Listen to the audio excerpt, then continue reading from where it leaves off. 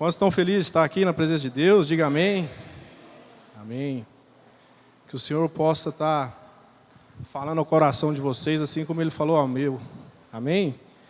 Aos que estão visitando, seja bem-vindo, né? Seja bem-vindo a essa casa.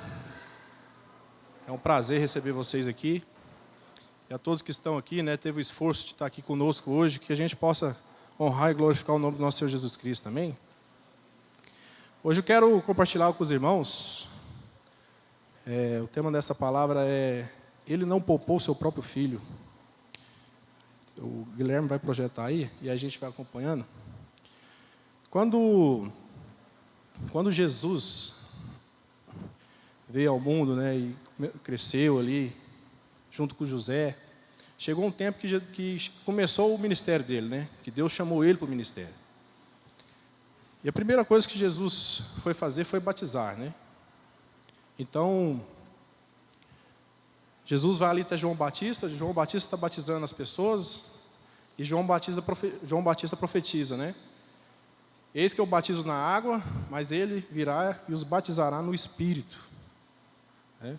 Então ali, Jesus é batizado. Então quero ler com vocês, nós vamos fazer um tour na Bíblia aí, mas quero que todos acompanhem, que a gente possa entender aquilo que Deus tem nos falar hoje, amém? Lá em Lucas 3, 21, diz assim: quando todo o povo estava sendo batizado, também Jesus o foi. E enquanto ele estava orando, o céu se abriu. E o Espírito Santo desceu sobre ele em forma de cópera, como uma pomba. Então veio do céu uma voz: Tu és o meu filho amado, em ti me agrado. Amém? Então, quando Jesus ali é batizado, o céu se abre, né, irmão? Pensa quem estava lá vendo essa cena. O céu se abre e desce uma pomba sobre ele, e todo mundo escuta uma voz: ó, esse cara aí, né, esse ser, esse é o meu filho, é o meu filho amado, em quem eu tenho prazer, em quem eu tenho alegria, em quem eu me comprazo. E Deus ali, né, se expressa para Cristo, né, como se Cristo fosse aquilo de mais alto valor, né, que Deus poderia ter. Então, aquele momento assim, Deus está ali expressando o seu amor, falando de tudo, é batizado, e Jesus sai ali daquele lugar, e a primeira coisa que o anjo faz é levar o Senhor para o deserto. Amém? Então o anjo leva Jesus para o deserto, onde ele ia passar 40 dias de jejum. E o deserto fala de um lugar hostil, de um lugar de escassez. O deserto fala de um lugar onde não tem água, onde não tem comida. Fala de animais selvagens, peçonhentos, né? Um lugar que durante o dia faz 50 graus Celsius e durante a noite faz 4 graus, 5 graus negativo. Então Jesus foi levado, naquele mesmo momento que Deus, vamos dizer assim, esse é meu filho amado, né? Esse é filho de papai, esse é meu coraçãozinho, esse é meu bebezinho, vem cá, vamos ali para o deserto. Deus leva ele para o extremo.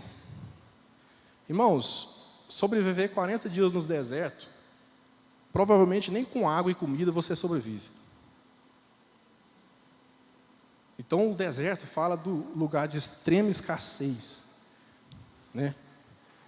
Então Deus está pegando Jesus ali e está levando para um lugar extremamente escasso.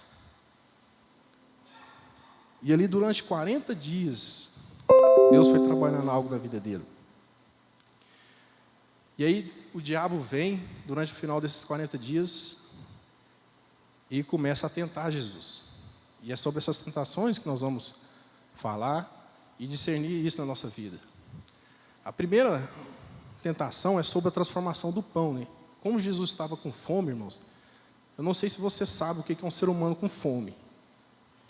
Fome mesmo, né? Muitas das vezes você vê um vídeo ali da China, os caras comendo espetinho de gafanhoto, comendo sapo vivo. Você fala: ai, que nojo.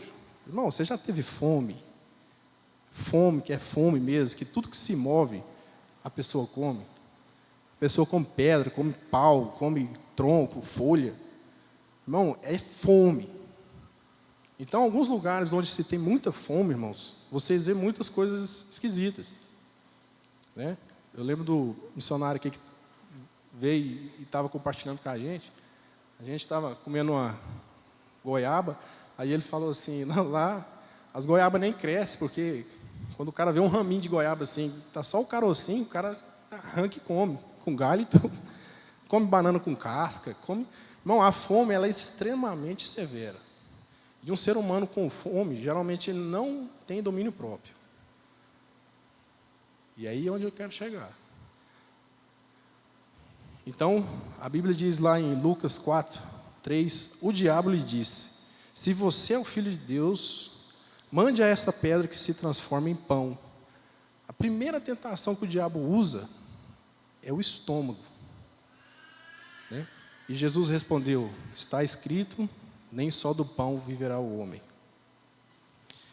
Quero ler um texto aqui, Filipenses 3, 18, que diz assim, pois, como já lhe disse repetidas vezes, e agora repito com lágrimas, há muitos que vivem como inimigo da cruz de Cristo. Quanto a este, o seu destino é a perdição. O seu Deus é o estômago.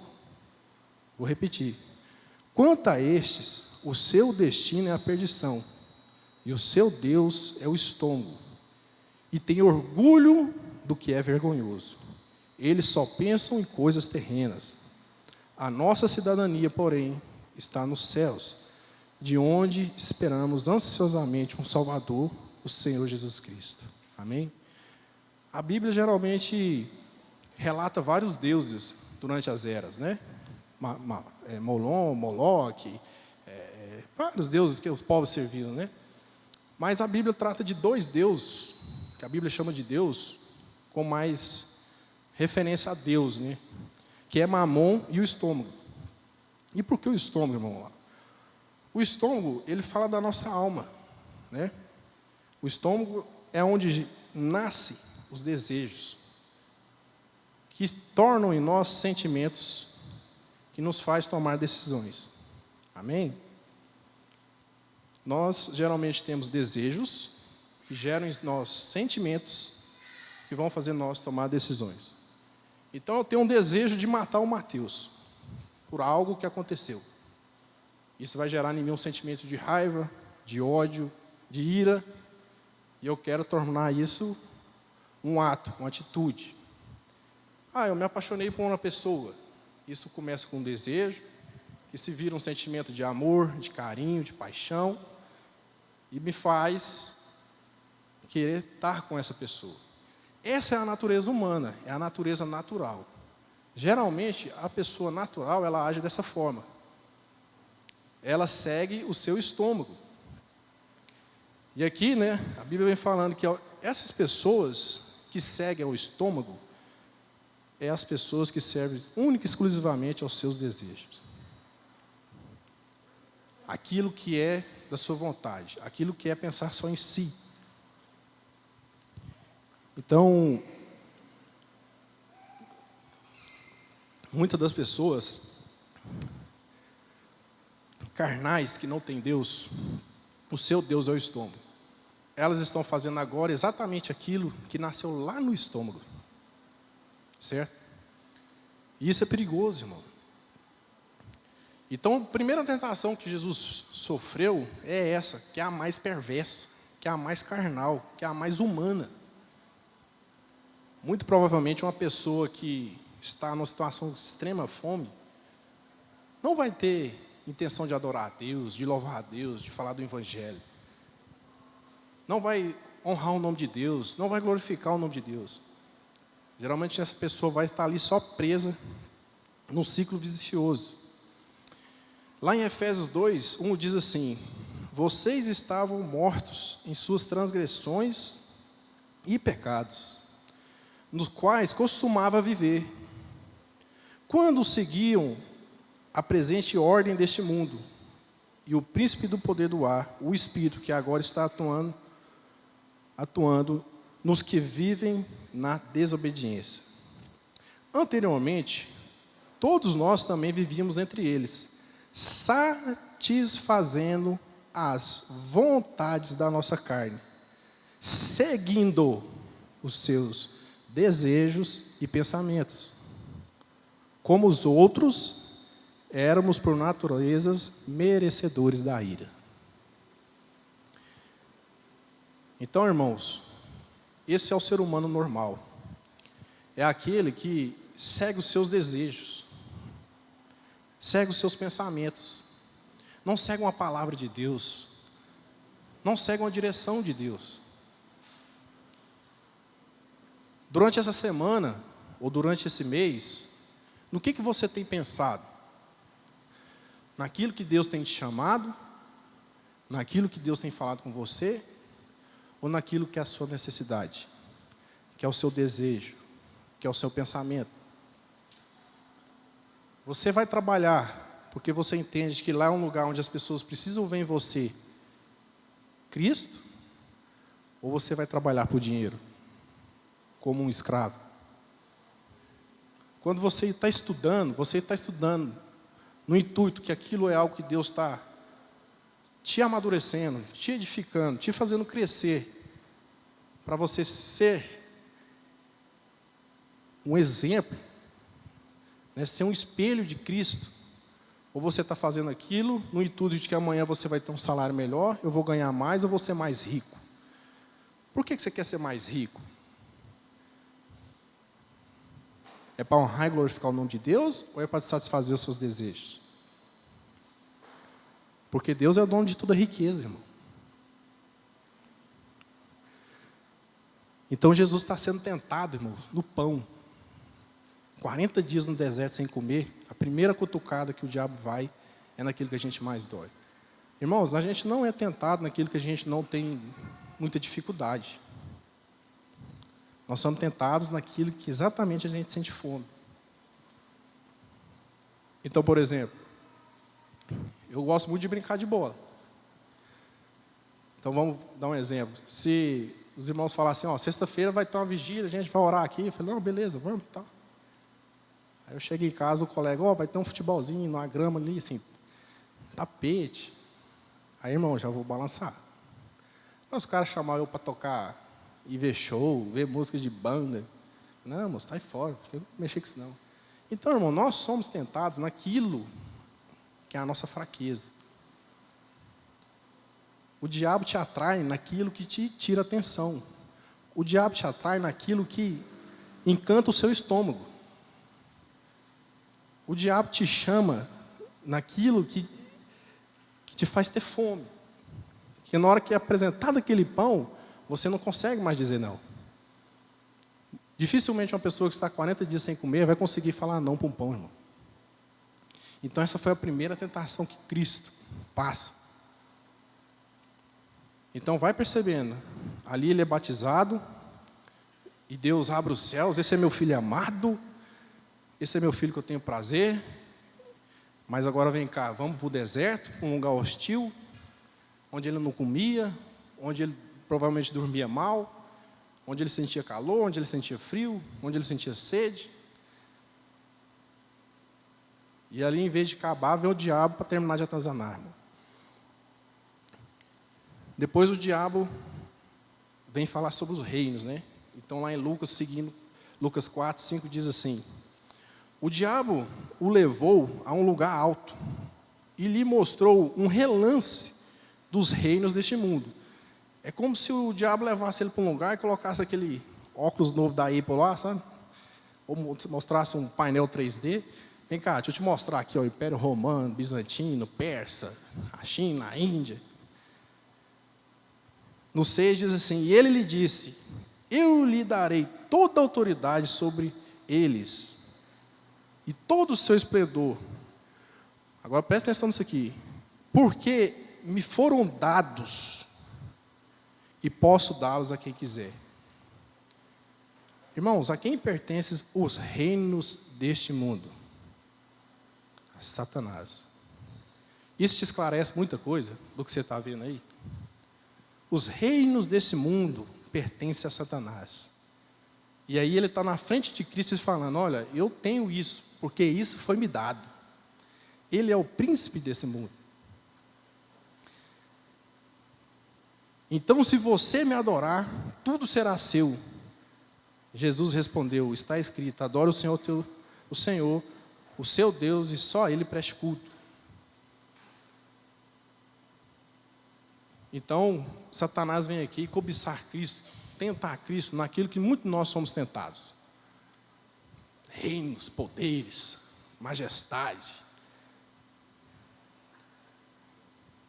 E tudo aquilo, você pensa um cara que está 40 dias sem comer, passando fome, de repente, está aqui os reinos. Tudo é seu, se me adorar.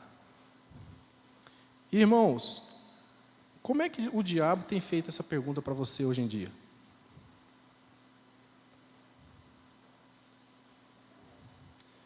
Eu não quero citar, às vezes, algum exemplo, mas eu quero que você medite nisso. O diabo está te levando para um lugar alto e está te mostrando o quê que tem te afastado de Deus? O que te chama mais atenção do que a palavra? O que te chama mais atenção que o Evangelho? Com o que você gasta mais o seu tempo? Hoje você está atrás de seguidores? TikTok? Hoje você quer ir ver no show, vejo pessoas indo num show de uma pessoa de outro país, vai fazer um show lá no Rio de Janeiro, a pessoa sai daqui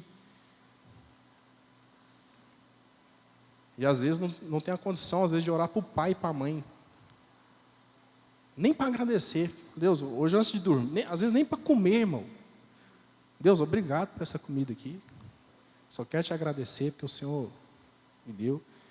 E todo o nosso esforço é juntar dinheiro para ir ver uma banda legal, para ir ver um time que a gente torce. Eu vou para a Argentina assistir a Libertadores do meu time. Eu vou para a Europa assistir um show da banda lá não sei de quem, do Coldplay. Eu vou... Irmão, isso não é errado, isso não é pecado. Mas aonde está seu coração? Aonde está o seu esforço? Quando você trabalha um mês todinho e você ganha aquela renda, para onde você destina ela? Quais são os seus sonhos? E muitos de nós não perguntamos para Deus o sonho que Ele tem para nós, porque a gente acha Ele muito bobo para Ele saber disso. Deus não vai saber o que eu quero. Ele tem que entender o meu sonho. E eu vou apresentar a Deus o meu sonho, para que Ele realize o meu sonho. E aí Deus passa de Deus para servo. E muitos de nós temos enxergado Deus como servo. O que te trouxe aqui, irmão, é algo que você quer de Deus? Ou é algo que você entendeu que você recebeu dele? E que você pode compartilhar isso com os outros? Lá em Mateus 6,19 diz assim: não acumulem para vocês tesouros na terra, onde a traça e a ferrugem destrói, e onde os ladrões arrombam e furtam. Mas acumule para vocês tesouro nos céus, onde a traça e a ferrugem não destrói, e onde os ladrões não arrombam e nem furtam. Pois onde tiver o seu tesouro, aí também estará o seu coração. Olha que interessante o que Jesus está falando. Você tem trabalhado, você acorda todo dia cedo, pega 2 ônibus, sai cedo, às vezes não dá tempo de almoçar. Em prol de quê, irmão? Irmão, o mundo já está quase acabando. Essa era já está quase terminando. E você ainda está preocupado em comprar casa, em trocar de carro, em conseguir pegar um lançamento de um telefone novo. Veja que o problema não está em desejar essas coisas. O problema é que o nosso coração está nisso. Quando a gente vai deitar, a gente não sonha com os irmãos que precisam de oração. Muitos de nós não procuramos o pastor. Pastor, eu estou aqui, me arruma algo para fazer aqui, para ajudar na igreja. Põe eu para fazer qualquer coisa aqui. Muitos de nós procuramos o pastor. Pastor, ora para minha mãe. Pastor, ora para minha mulher. Pastor, ora para isso. Pastor, isso.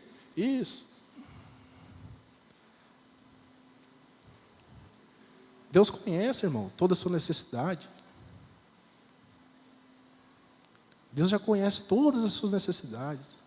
Mas aonde está seu coração? E o diabo, de uma maneira sutil, vem oferecer isso. Coisas legais. Você quer ter uma posição na sociedade, você quer ter uma certa influência, você quer aparecer, você quer ser alguém.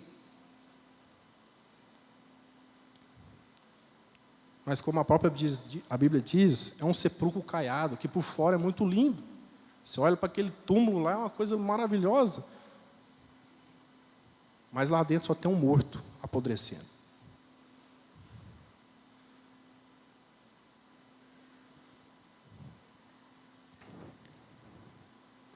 Continuando, diz assim, Mateus 6:22. Os olhos são a candeia do corpo.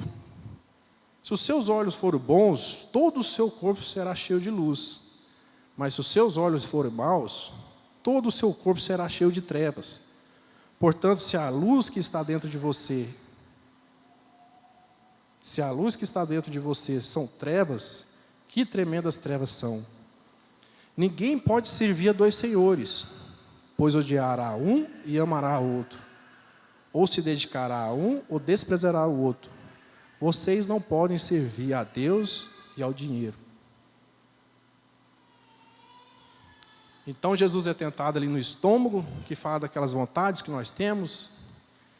E Jesus agora é tentado no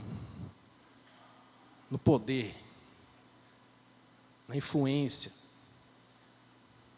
na riqueza. Aí, irmãos, nós estamos falando de Jesus. Logo que Jesus sai do deserto, ele vai para a casa dele, em Nazaré. E uma das coisas que ele faz é ir lá na igreja onde ele cresceu, que é a sinagoga onde ele frequentava. E aí ele abre lá a Bíblia, né, em Isaías, e lê o texto lá, que ele é o Filho do Homem, né, que ele era o Messias. E aí ele fala, hoje se cumpre essa palavra. Irmãos, as pessoas da sinagoga, quando ouviram aquilo, sabe o que elas fizeram com ele? Levaram ele para um penhasco para matá-lo. Sabe como é que as pessoas faziam para menosprezar Jesus Cristo? De uma forma extremamente desmerecedora que eles usavam para falar de Jesus. Uma é que ele era de Nazaré. Então, quando Jesus chegava e começava a operar milagres e falar, as pessoas que conheciam ele, o passado dele, as que não conheciam, não sabiam de onde que ele vinha, quem é esse cara que tem autoridade sobre demônios? Quem é esse cara que ordena a um paralítico andar? As pessoas ficavam encantadas e elas começavam a crer. Mas os que conheciam lá na sua terra, eles olhavam, ei, aquele ali é Jesus, de Nazaré? Ainda tinha um jeito pior ainda. O filho de José. Era a forma mais desprezível que eles usavam para falar de Jesus. Esse aí não é aquele Jesus que nasceu em Nazaré? O filho do José? Porque, irmãos, José era muito pobre. Jesus nasceu num lugar extremamente pobre. Jesus nasceu num curral, onde a vaca paria, os novilhos paria. Maria ia ganhar a luz, pegaram ela, jogaram lá naquilo lá e falaram, vamos jogar umas palhas no chão. Então, quem viu aquilo, Jesus nascer, é como se fosse o cara de uma cidade tão insignificante para nós, E lá nessa cidade, apesar dela ser tão insignificante, tem o prefeito, tem o delegado, tem o juiz e tem o José, que é o nada do nada.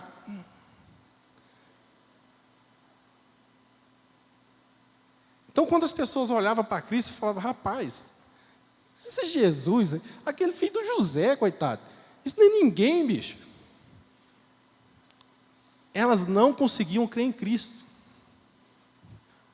Porque o judeu tinha em mente que Jesus viria como Davi veio para reinar, como Sansão veio para enfrentar os romanos. Eles acreditavam que Jesus ia vir, só que Jesus não veio para esse reino. O reino que a gente tanto se preocupa. Ele veio para formar outro reino, irmão, ao qual eu e você faz parte. Que olhos nem ouviram, ouvido nem ouviram. Então, as pessoas menosprezavam Cristo por saber de onde ele vinha. Porque era como se ele fosse um filho de um mendigo, irmão. É como se ele fosse ninguém. E agora você tinha que parar, ouvir, adorá-lo. E o cara ainda vem, perdoa pecados, expulsa demônios. Então, Satanás, pensa a vida que Jesus teve. Então, vocês estão entendendo a forma sutil como Satanás está tentando a Deus? Pegando uma pessoa extremamente pobre, extremamente pobre, e lhe oferecendo os reinos. Quantos nós, irmão, quantos de nós diria não? E sempre lembra do tema da mensagem. Deus não poupou seu próprio filho. Deus não poupou o próprio filho de passar por isso. Você está reclamando que sua vida está difícil, que sua vida está complicada, que você tem desafios, que você tem que enfrentar doenças. Enquanto pegou o filho, Deus pegou o filho dele e pôs para nascer num curral.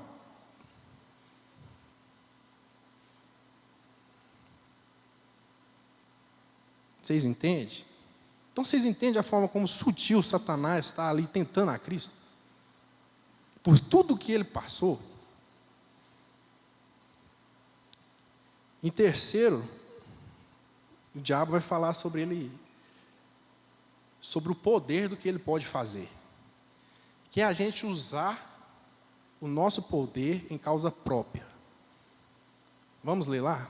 Continuando em Lucas 4:9, diz assim: o diabo levou Jesus a Jerusalém, colocou na parte mais alta do templo e lhe disse: se você é o Filho de Deus, jogue-se daqui para baixo, pois está escrito, ele dará a ordem aos seus anjos a teu respeito, para que lhe guardem. Com as mãos eles o segurarão, para que você não tropece em alguma pedra. Jesus então respondeu: está dito, não põe à prova o Senhor, o seu Deus. Essa tentação Cristo passou várias vezes, irmão. Várias vezes. Você não é o Filho de Deus? Desce da cruz.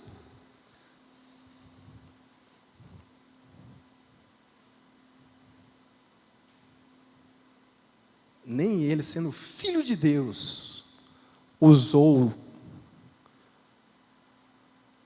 do nome de Deus para usufruir de causa própria.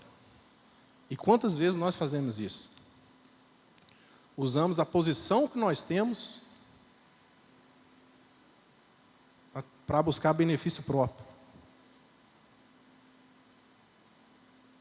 Então, após aqueles 40 dias, você está com fome, cara, transforma, faz isso. Pula daí, mostra que você é o Cristo.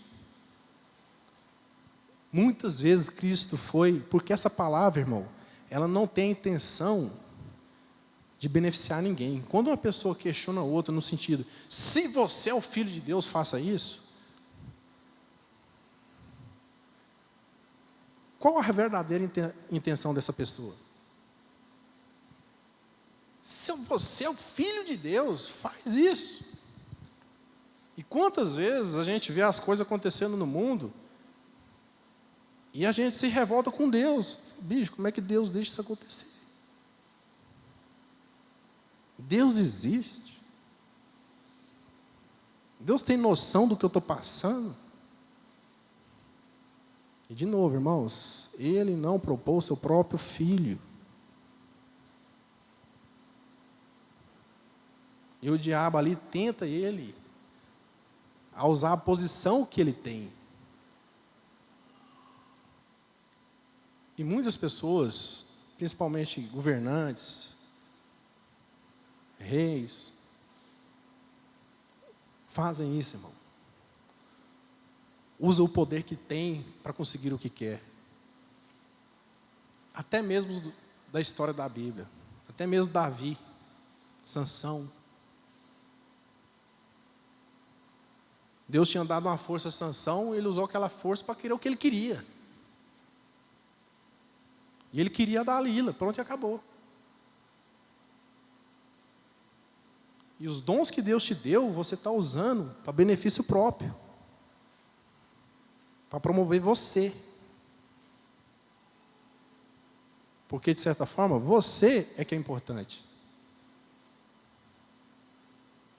Você é que importa.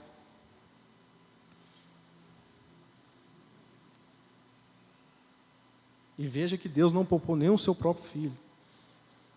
Lá em Coríntios 1, 10, versículo 12, diz assim: assim, aquele que julga estar firme, cuide-se para que não caia. Não sobreveio a vocês tentação que não fosse comum aos homens, e Deus é fiel, Ele não permitirá que vocês sejam tentados além do que possam suportar. Mas quando forem tentados, Ele lhes providenciará um escape para que possam suportar. Lá em 2 Coríntios diz assim, 2 Coríntios 4, 3, mas se o nosso evangelho está encoberto para os que estão perecendo, é que está encoberto. O Deus desta era, ou o príncipe deste mundo, algumas traduções, cegou o entendimento dos descrentes, para que não vejam a luz do evangelho, a glória de Cristo, que é a imagem de Deus. Se pertence a Satanás os reinos dessa terra, irmãos, é isso que ele te seduz. De forma que você vai passar 15, 10 anos estudando para algo que você quer ter. Você vai trabalhar para ter outras coisas. Você vai... E a sua preocupação, como lemos ali, é onde está seu coração. Qual que é o verdadeiro tesouro, irmão? E aí, o que é de uma forma imoral algumas igrejas fazem? Seduzem pessoas. Assim como Satanás tentou seduzir a Cristo. Vem para a igreja que nós vamos ter um evento assim e tal. Vem para a igreja que você vai ser abençoado. Vamos que tal. Vai ter a campanha de Daniel que vai ter não sei o que, da prosperidade. E tarará. E vamos fazer isso. Irmão, quem falou isso foi Satanás. Te darei os reinos deste mundo.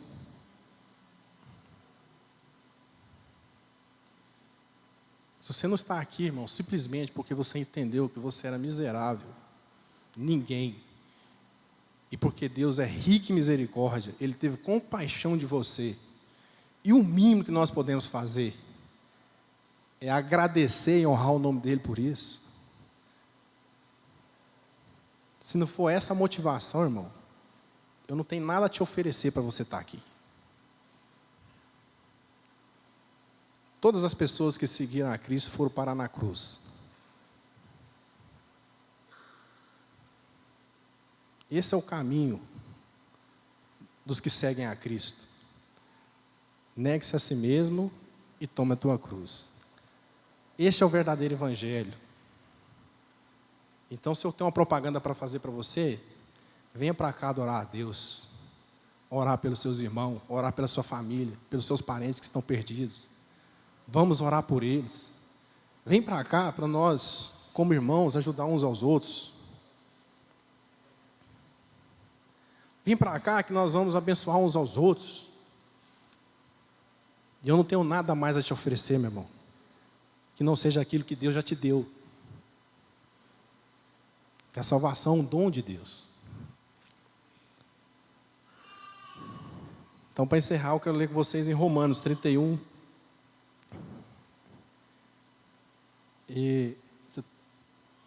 Isso. Ele não poupou seu próprio filho, irmão. Que diremos, pois, diante dessas coisas? Se Deus é por nós, quem será contra nós? Aquele que não poupou seu próprio filho, mas o entregou por todos nós, como nos dará juntamente com ele, e de graça, todas as coisas? Quem fará alguma acusação contra os escolhidos de Deus? É Deus quem justifica. Quem os condenará?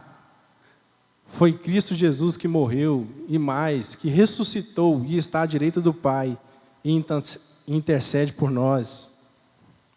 Próximo aí. Por isso, irmão, nós somos chamados mais que vencedores. Quem nos separará do amor de Cristo? Será a tribulação? É isso que vai te afastar de Deus? A angústia? A perseguição? A fome? Nudez? Perigo? Espada? O que vai te afastar de Deus, irmão? Como está escrito, por amor de ti enfrentamos a morte todos os dias. Somos considerados como ovelhas destinadas ao matadouro. Mas em todas essas coisas somos mais que vencedores.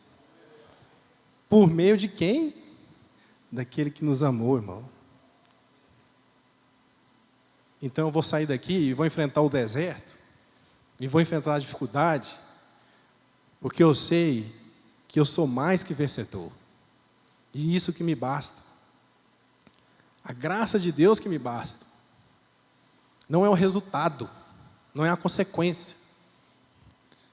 E nada vai me afastar de Cristo. Nada vai me tirar de Cristo. Eu vou estar aqui honrando e glorificando o nome dEle, porque eu reconheci que Ele é o Deus da minha vida, que Ele é o autor e consumador da fé.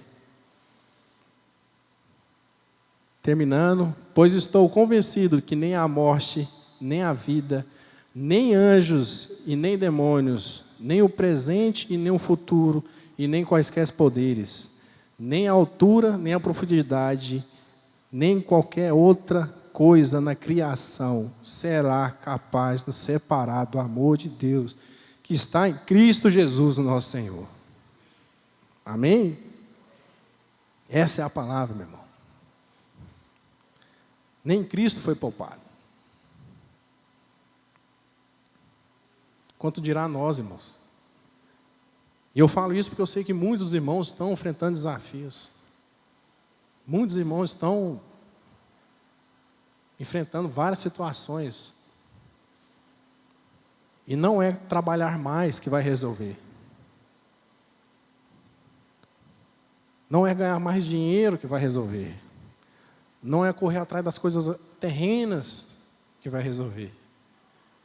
Mas é entender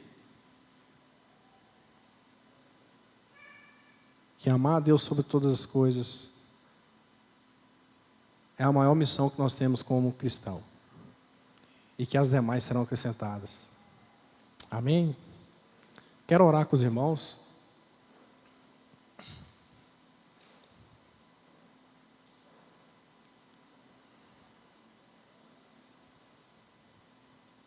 Feche seus olhos.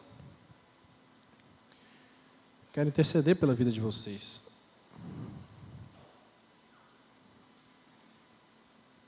Para que o Evangelho de Cristo seja presente na vida de cada um de vocês.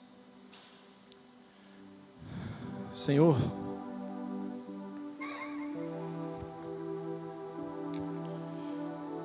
quero colocar na tua presença cada um dos teus filhos, Deus. Nós somos teus filhos como Cristo foi, como Cristo é, né? E o Senhor não poupou seu filho, Senhor, da adversidade. O Senhor não poupou seu filho, Deus, das tentações. Mas em tudo o Senhor o fez mais que vencedor. Por isso hoje Ele está sentado à tua direita, Deus. E Ele reina. Reina sobre as nossas vidas. Reina sobre as nossas casas. E nada neste mundo, Deus, tem mais importância que o teu evangelho, que o teu nome, que a tua presença. Como Pedro disse, para onde eu irei, Deus, se só o Senhor tem palavras de vida eterna? Aonde o Senhor está, Deus, é ali que eu quero estar. E aonde eu for, Deus, vá comigo,